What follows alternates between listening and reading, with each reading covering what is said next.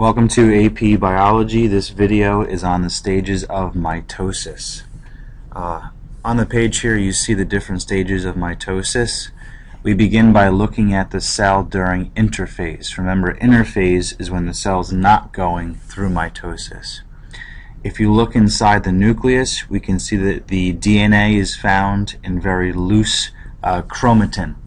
The chromatin has been duplicated during the S phase of interphase. So there's twice as much DNA within the nucleus.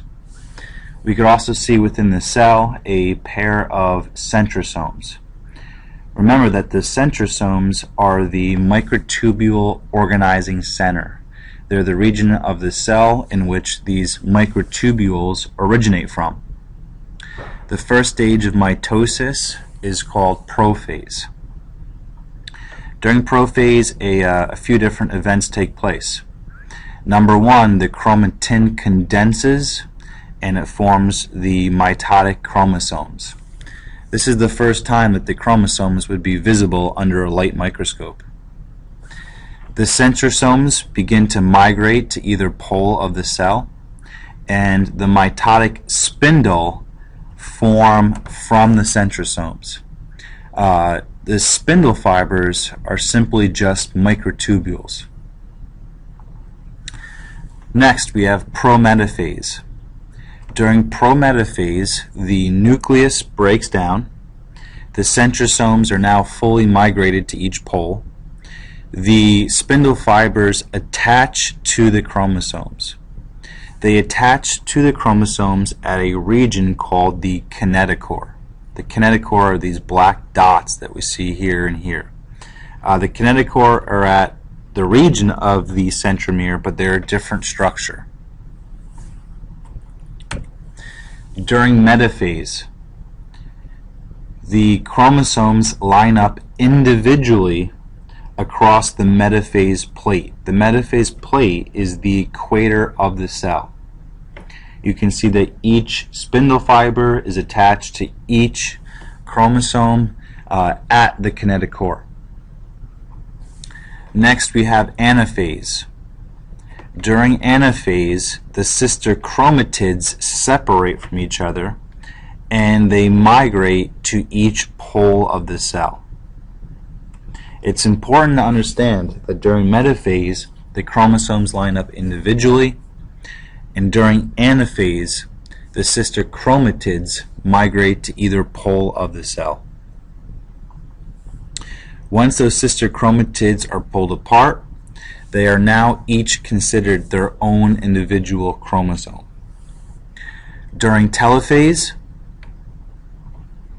the nucleus reappears, and finally, during cytokinesis, the cell is going to split in half. Mitosis produces two daughter cells that are each identical to the original parental cell. The parental cell in this picture here had 4 chromosomes. Each daughter cell also has 4 chromosomes. So during mitosis, the chromosome number is preserved. It stays the same. Here we see a picture of metaphase. Here you look at the centrosome on either side of the cell, and we can see a structure called an aster. And the aster is this radial display of microtubules or spindle fibers that extends out of the centrosome. Here we can see specifically the kinetochore. The kinetochore again is the region where the spindle fibers attach to the chromosomes. When the sister chromatids migrate to either side of the cell, we used to think that they get pulled to either side by the spindle fibers. That's not actually what happens. This circular structure that you see right here is the kinetochore, and inside the kinetochore we have a pair of motor proteins. Remember, motor proteins walk along microtubules, or the motor proteins will walk along the spindle fiber. So instead of the sister chromatids being pulled to either side by the spindle fibers, Instead, the sister chromatids walk along the spindle fibers to either side of the cell. These motor proteins are powered by ATP, and as they walk to either side of the cell, the microtubule, or the spindle fiber, is going to be broken down in its wake. We know that microtubules are made up of a protein called tubulin. Following mitosis, we have cytokinesis. Cytokinesis is going to differ in animal cells versus plant cells. In animal cells, a structure forms called a cleavage furrow. A cleavage furrow is a contractile ring of actin. Remember that actin is a microfilament. It's a microfilament that's specialized for contraction. And the actin is going to wrap around the cell. I think of it like wrapping a string around a balloon. And the actin is pulled tighter and tighter and tighter until it literally pinches the cytoplasm in half, separating that one parental cell into two daughter cells. In plant cells, this would never be able to take place because plant cells have that rigid cell wall. In plant cells, instead, a structure forms called the cell plate. Here we see a better picture of it. What's going to happen in a plant cell is that the plant cell is going to produce new cell wall. Those pieces of cell wall are going to be transported to the center of the plant cell using vesicles.